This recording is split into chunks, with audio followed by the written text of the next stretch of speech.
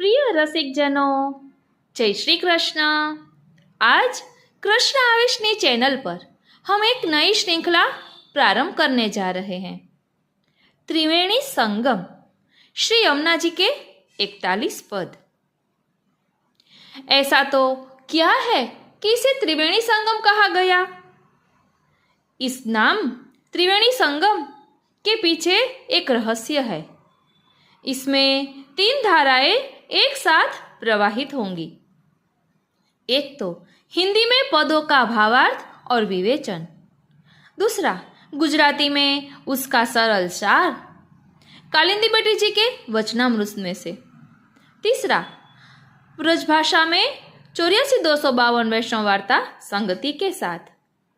कुछ वर्ष पहले एक वैष्णव जिनका नाम नंदिनी जी गुप्ता है, उन्होंने हमें नम्र विनिवेदन किया था कि यदि संभव हो तो इन सत्संगों को हिंदी में भी प्रस्तुत किया जाए। आज ऐसा अनुभव हो रहा है कि यह केवल हमारी योजना नहीं बल्कि स्वयं प्रभु की ही इच्छा है। इसी प्रेरणा से अब कृष्ण आवेशनी चैनल पर हम एक नए रूप में यह श्रृंखला आरंभ कर रहे हैं, जहां श्री यमुना जी के 41 पद हिंदी अर्थ और विवेचन सहित वार्ता संगति का सार कालिंदी बेटी जी के वचनामृत में से और ब्रजभाषा की मधुरता में 84,252 वैष्णव की वार्ता संगति प्रस्तुत होंगी। यही है त्रिवेणी संगम, एक पावन भक्ति यात्रा जहां हिंदी, गुजराती और ब्रजभाषा तीनों रसधाराएं मिलकर रसिकों के हृदय तक पहुंचेंगी। श्री यमुने महात्म्य रसोदधि, श्री यमुना रसपान, श्री कालिंदी बेटी जी के वचनामृत और 84,252 वैष्णवों की 3 जन्म की लीला भावना वाली वार्ताएं। अब આપણે ટૂંકમાં समझिए तो श्री यमुने महात्म्य रसोदधि, यह ग्रंथ श्री यमुना जी के महात्म्य का अमृत सागर है। इसमें श्री यमुना जी के गुण, महिमा और भक्तों के लिए उनके उपकार का रस संकलित है। श्री यमुने महात्म्य रसोदधि में श्री यमुनाष्टक विवेचन सहित दर्शाया गया है एवं श्री यमुना जी की और स्तुतियां जैसे कि श्री यमुना अष्टपदी, श्री यमुना विज्ञप्ति, श्री यमुना सहस्त्र नामावली, अष्टैश्वर्य निरूपण, ऐसी श्री यमुना जी की स्तुति यह ग्रंथ में दर्शाई गई है, जिस ग्रंथ का नाम है श्री यमुने महात्म्य रसोदधि। वैष्णव मित्र मंडल सार्वजनिक न्यास में हम सभ्य बने हैं, उसमें यह भेंट पुस्तक में आया था। दूसरा ग्रंथ है श्री यमुने रसपान। यह यमुने रसपान में श्री यमुना जी के 41 पद हिंदी में विवेचन सहित है एवं श्री यमुना अष्टपदी, श्री यमुनाष्टक भावार्थ सहित इसमें दिए गए हैं। इस तरह श्री यमुना जी के स्वरूप को हम एक नए स्वरूप में समझेंगे, जिसमें गुजराती, हिंदी और ब्रजभाषा सम्मिलित होगी, क्योंकि ब्रजभाषा हमारे ठाकुर जी को अत्यंत प्रिय है। गुजराती हम बोलते हैं इसीलिए हमें प्यारी है और हिंदी हमारी राष्ट्रभाषा है, जिसके कारण हिंदी सब समझ सकते हैं। इसीलिए एक नए रूप में हम यहाँ कृष्ण आवेशनी चैनल पर सत्संग करेंगे। हमारी दूसरी चैनल मनातुरी आपको पता ही है, उसमें हम गुजराती में सत्संग करते हैं। प्रभु की प्रेरणा से अब कृष्ण आवेशनी चैनल पर हिंदी, गुजराती और ब्रजभाषा तीनों भाषाओं का मिलन एक ही सत्संग में किया जाएगा। बोलो श्री वल्लभाधीश की जय। श्याम सुंदर श्री यमुने महारानी जो की जय। श्री गिरिराज धरण की जय। તો વાલા વૈષ્ણવો, આપણે એક નવા જ રૂપમાં સત્સંગ કરવા જઈ રહ્યા છીએ, તો જે ગ્રંથો આપણે મૂળ આધાર પર લેવાના છીએ તેના વિશે થોડુંક જાણી લઈએ, કે જેના કારણે આપણે ખ્યાલ આવે કે સત્સંગમાં શું નવું પ્રાપ્ત થશે। કારણ કે કહેવાયું છે ને કે ભક્ત ઈચ્છા પૂર્ણ શ્રી यमुने જ કરતા। બસ આપણે મનોરથ કરીએ અને પ્રભુ એ પૂર્ણ કરે છે। तो ચાલો થોડુંક સમજીએ। શ્રી यमुने रसपान તેમાં કહ્યું છે कि श्रीमद् भागवत जी के श्लोक से श्री यमुना जी एवं श्री कालिंदी जी में भेद स्पष्ट है। श्री महाप्रभु जी ने इस प्रसंग पर सुबोधिनी जी में सुंदर प्रकाशन किया है। मैं यमुना के जल में रहती हूँ ऐसा कहकर श्री यमुना किले के समान है, उसमें वे रहते हैं, यह आशय स्पष्ट किया है। जो इस ग्रंथ में सुचारू श्री यमुना जी व्यापी वैकुंठ से भूतल पर पधारे हैं, श्री यमुना जी का अंगीकार प्रथम है। એટલે અહીં સમજાવવામાં આવ્યું છે કે શ્રી યમુનાજી અને મર્યાદામાં જે કાલિંદીજી છે તે બંને અલગ છે, તેના વિશે પણ સુંદર રીતે ખુલાસો કરીને અહીં સમજાવવામાં આવ્યું છે। આગળ વર્ણન કરે છે कि प्रभु ने लीला उपयोगी अष्टपुष्टि सिद्धियाँ श्री यमुना जी को प्रदान की है। श्री यमुना जी के अष्टविध ऐश्वर्य हैं जो श्री यमुनाष्टक ग्रंथ में प्रसिद्ध है। इस ग्रंथ में आगे इसे विस्तृत स्पष्ट समझाया गया है। श्री यमुना जी के जलपान से यम यातना निवृत्ति, श्री यमुना जी के रेणु संबंध से तनुनवत्व, यह स्वरूप रूप संबंध से सुलभ होता है। श्री यमुनाष्टक नामात्मक स्वरूप संबंध से समस्त दुरितक्षयो मुकुंद में रति स्वभाव विजय सुलभ होता है। इस प्रकार से प्रभु श्री कृष्ण से सजातीयत्वता के कारण प्रभु श्री कृष्ण के समान श्री यमुना जी भी रूप तथा नाम इन स्वरूप से क्रीड़ा करते हैं। श्री ठाकुर जी तथा श्री स्वामिनी जी के चरण रेणु श्री यमुना जी में जल से अधिक है। श्री ठाकुर जी तथा श्री स्वामिनी जियों के सकल गात्र जय यानी स्मरण जलाणु के द्वारा संगम आपका वैशिष्ट्य है। भगवत समान वर्ण वेश विशेषता आपकी है। स्वामी समान होने के कारण भक्ति भाव की वृद्धि करते हैं। गंगा जी जैसे भगवदियों को भी उत्कर्ष प्रभु प्रियत्व श्री यमुना जी के संसर्ग से ही है।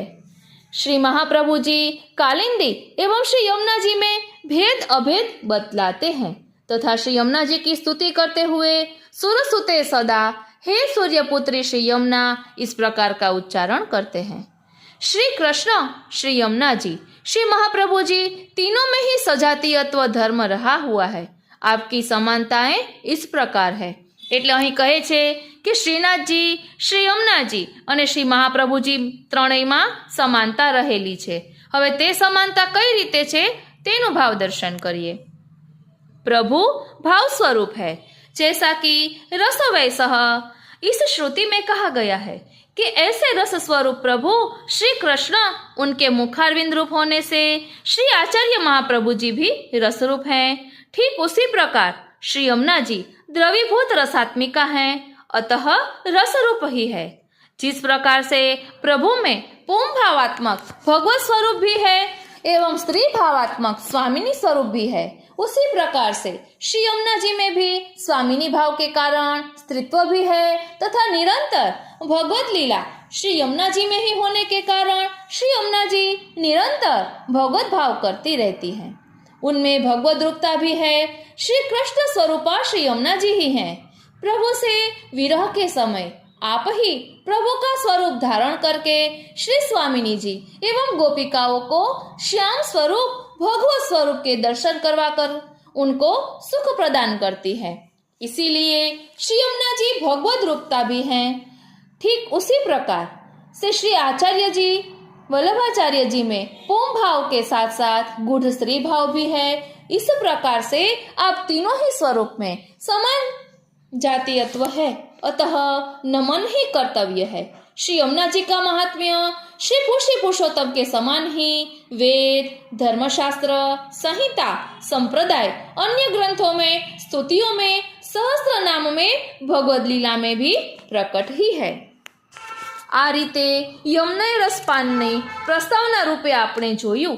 तेमां कह्युं छे श्री यमुने अगणित गुण गिने न जाय। यमुने तट रेणुते होत है नवीन तनु। इनके सुख देन की कह करो बड़ाई। भक्त मांगत जोई देत है तिहि छीनु। सो ऐसी को करे प्रण निवाई। कुंभन दास लाल गिरिधरन मुखड़ी रखत। कहो कैसे करी मन अघाई।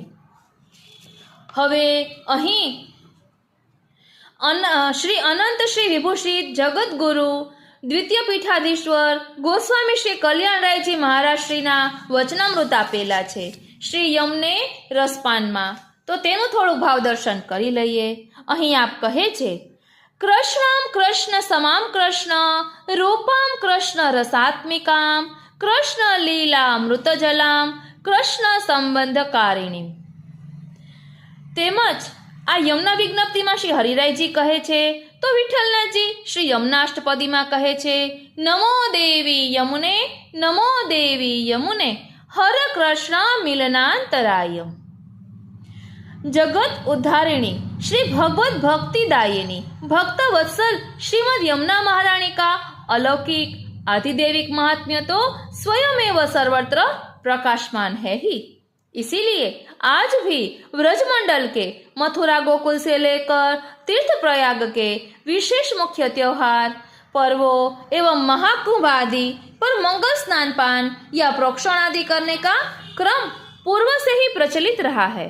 साथ साथ ऐसे ही यथाशक्ति दूध जल में समर्पित कर सामग्री भोग पधराने की यथावत सुंदर प्रथा द्रष्टव्य होगी. ऐसे तो विख्यात शुद्धाद्वैत पुष्टि भक्ति मार्गीय श्री वल्लभ संप्रदाय में तो इतने श्रम साध्य कठिन जटिल अनुष्ठान या संपुटित जप पाठ तप आदि की अति आवश्यकता है ही नहीं. वस्तुतः साधन साध्य के बनिष्पद कृपा साध्य पोषणम तद अनुग्रह श्रीमद् भागवतोक्ति आशय के अनुरूप निष्काम सेवा आदि भी निष्फल न होकर सकाम फल दिए बिना नहीं रहती. केवल वैष्णव समुदाय यथासंभव अन्याश्रय से बचे और श्रीमद् भगवत सेवा सत्संग पाठादिक में तत्पर हो, बस यही सर्वोत्तम फल है. अतः इन्हीं प्राथमिक प्रावधान युक्त तथ्यों को दृष्टिगत कर विशुद्ध मथुरा तटे सकल गोप गोपी वृते कृपा जलधि संश्रिते मम मन सुखम भावय. सविशेष उसी अनुसंधान में यहाँ सानुभावी परम भगवदीय श्री किशोरी बाई द्वारा कंठस्थ रह गई इस चौथी श्लोक पंक्ति को मूल पाठतया संपुटित कर प्रस्तुत किया जा रहा है. एतदर्थ पुष्टि मार्गीय वैष्णव वृंद मधुर भाव भावित स्मृति में स्वतंत्र और सामूहिक अलौकिक आधिदैविक वेदातीत जप पाठ क्रम में सानंदित सत्संग का सतत लाभ सर्वस्व प्रभु श्री कृष्ण कृपा चतुर्थ प्रिया श्री यमुने कृपा से उठाते रहेंगे. महात्म्य ज्ञान पूर्वस्तु सुदृढ़ सर्वोत्तधिक स्नेह. अतएव श्री यमुने रसपान नूतन मुद्रित ग्रंथ स्तबक के द्वारा अधिक अधिक पुष्टि मार्गीय वैष्णव वृंद एवं विद्वत जन भी सत्संग आदि से लाभान्वित होंगे. विशेष जिज्ञासुओं के सत्संग जप पाठादि हितार्थ उपरोक्त संलिग्नित संक्षिप्त नित्य नियम का अथवा यथाशक्ति जप पाठांश युक्त भाव पक्ष भी मननीय होगा. એટલે અહીં આ રીતે વચનામૃત આપ્યા છે કે જેમાં યમુનાજી જે મર્યાદામાં છે કાલિંદીજી તરીકે અને આધિદેવિક સ્વરૂપ શ્રી યમુનાજીનો એ બંનેના ખુલાસા પણ અહીં આપણને સત્સંગમાં પ્રાપ્ત થશે.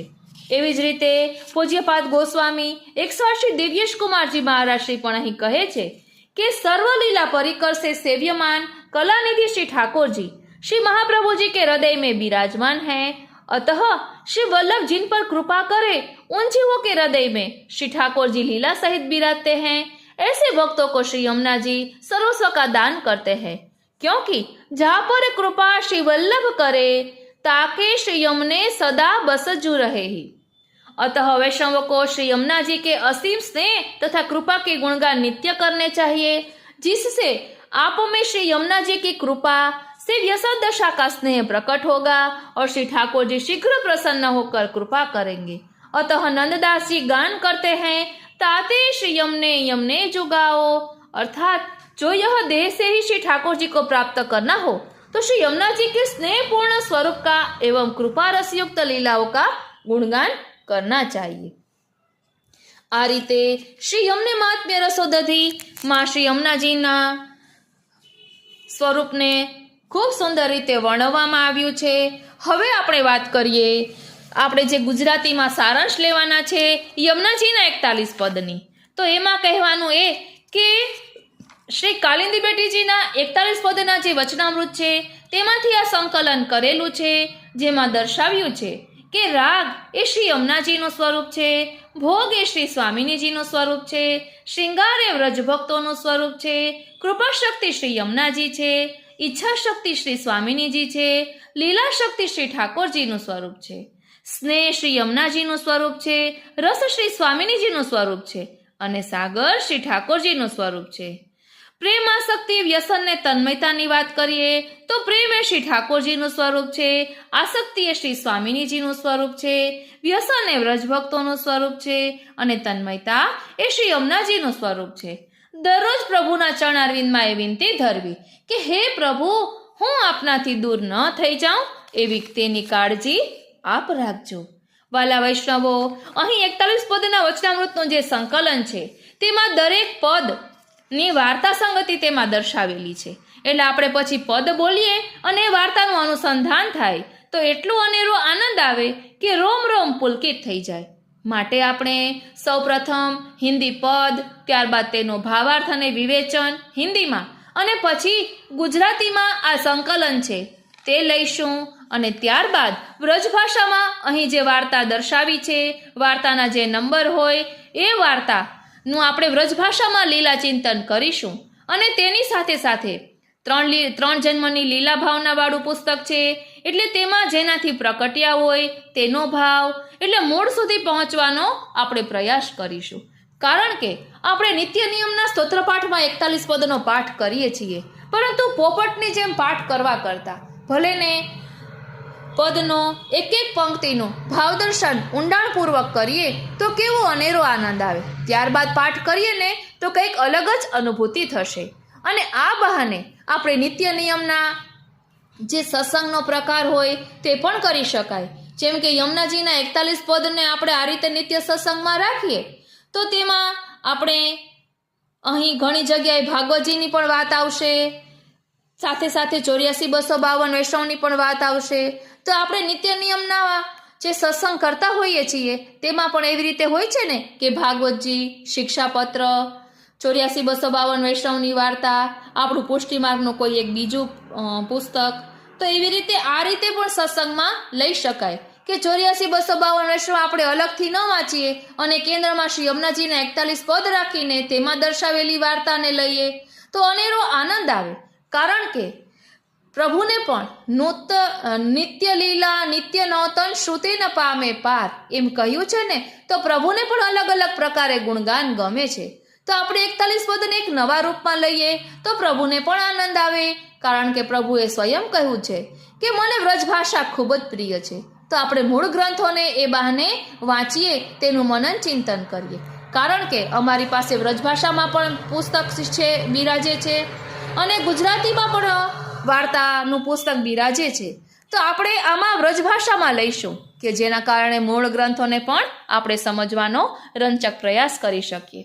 કેમ કે આ વ્રજભાષા બોલી એટલી મીઠી છે ને, પછી તો આપણે બોલશું ને તો એટલું આપણને જાણે ઠાકોરજી આપણી સાથે વાતો કરતા હોય ને એવો અનુભવ થશે.